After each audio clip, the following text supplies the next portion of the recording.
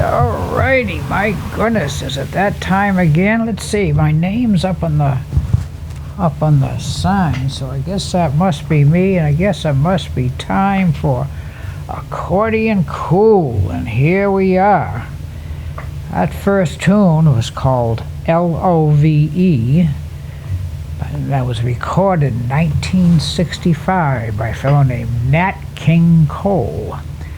Now, if you're over 50 or 60, you may possibly remember Nat King Cole. Nat King Cole actually started as a jazz piano player, and he had the Nat King Cole Trio, and they did very well. And there's word on the street, now I don't know if the story is true or not, was that Nat was playing in this establishment one night, and a fellow came up, and the story doesn't mention if he'd had a few adult beverages or not, but he asked Nat King Cole to sing a song, and he says, well, you know, he says, I don't really sing. Now, I don't know if he insisted or if he, you know, reached in his pocket and pulled out a bunch of money.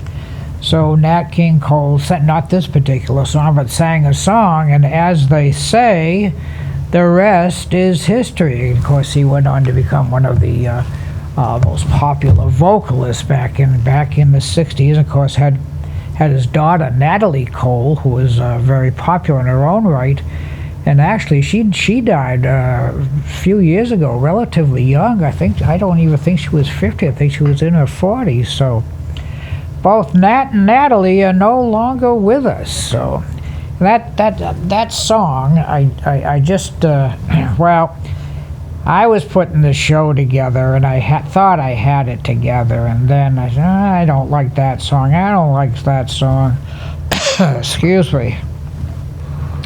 And then I said, wait a minute, I just played that song last week, so I had to make some changes this morning. So if it's a little disjointed, it's me. So, but our next tune, excuse me again, a fellow named Cole Porter wrote this for a 1953 show called Can Can.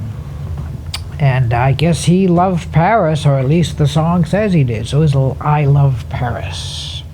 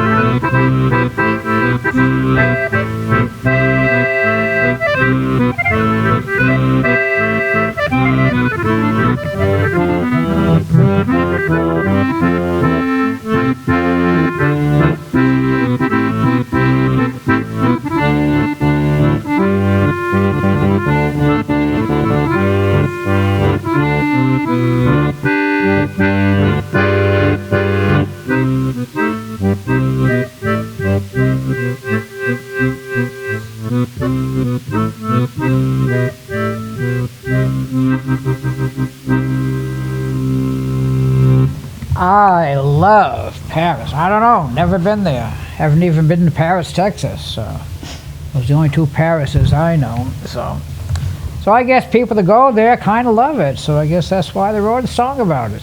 Makes sense to me.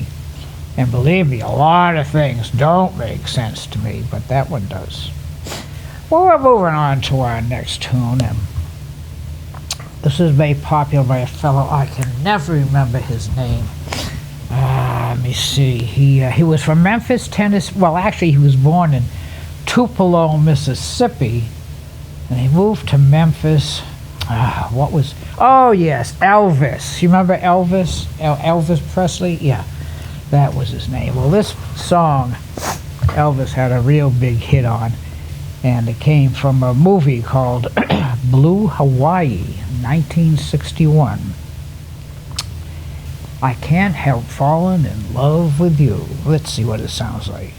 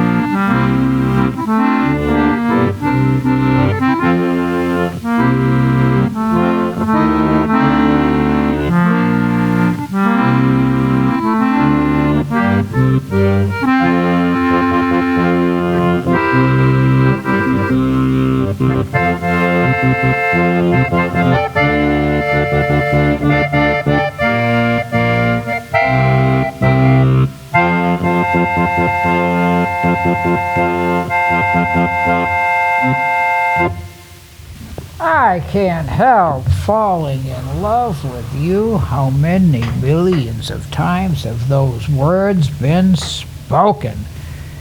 And then 5 years later, they're divorced. But we won't get into that. We're going to move on to our next tune. You've heard me mention this fellow and his big band probably just about every show. The great, great Duke Ellington. Not that his band was that much better. I mean, all the big bands were super. But some of the songs that he wrote a lot of them by himself, and of course a lot with Billy Strayhorn, who he hired just to help him write songs. And of course every Duke song that became a hit became his quote unquote theme song. So I mean, it got to the point where all he had was, Duke Ellington theme songs, or whatever that means.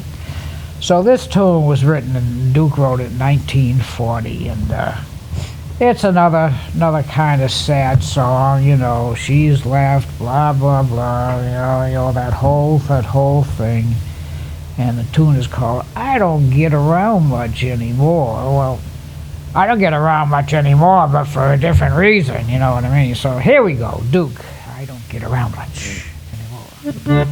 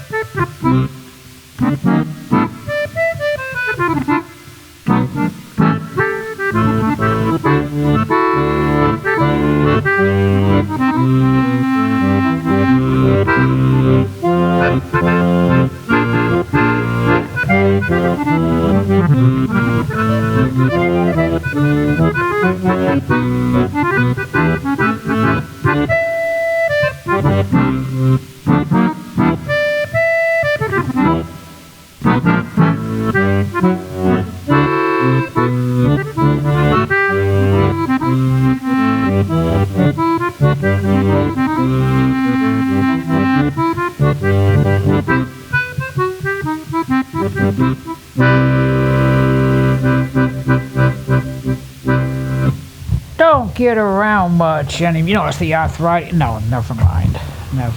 All right, Duke Ellington, 1940. Well, this next song I'm sure I've played many times on the show. It's a great, great tune. Probably the most well-known song from that great Latin invasion from Brazil in the early late 1950s, early 1960s. And Antonio Carlos Jobim, I love saying that name. He wrote this. He wrote many of those great tunes, Meditation, things like that. And so this was the big one, and it's about that girl that walks around the beach, 1962. That girl from Ipanema. Now the girl from Ipanema, I guess, the song this actual girl, quote unquote, that he wrote about was like a newscaster, I think, a local newscaster, and he must have seen her walking up and down the beach, and well, you know, so he wrote the song about the girl from Ipanema. So here we go.